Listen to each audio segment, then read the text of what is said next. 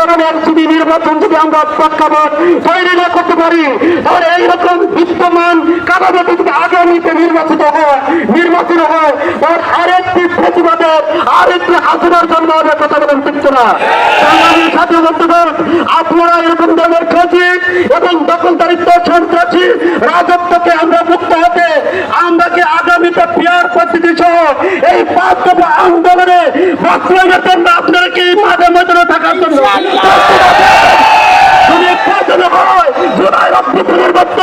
আমরা যদি একবার বুকের টাকা রাখতে বিরত হয়, আপনার সকালে কি প্রস্তুত আছে সেই ময়দানে আগামীর কর্মসূচি বাস্তবায়ন করার জন্য সকলকে মাঠে ময়দানে থাকার জন্য উদাত্ত আহ্বান ধরে এবং মানিকগঞ্জ 3 আসনকে বিজয়ী করার জন্য অধ্যক্ষ জেলার রাইজকে কাঁধে কাঁধে কাঁধ মিলিয়ে বিজয়ী করার জন্য আমরা সকলেই মাঠে ময়দানে থাকার জন্য আমরা প্রস্তুত আছি।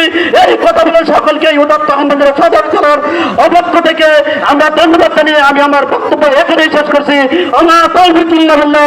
আসসালামু আলাইকুম ওয়া রাহমাতুল্লাহি ওয়া বারাকাতুহু।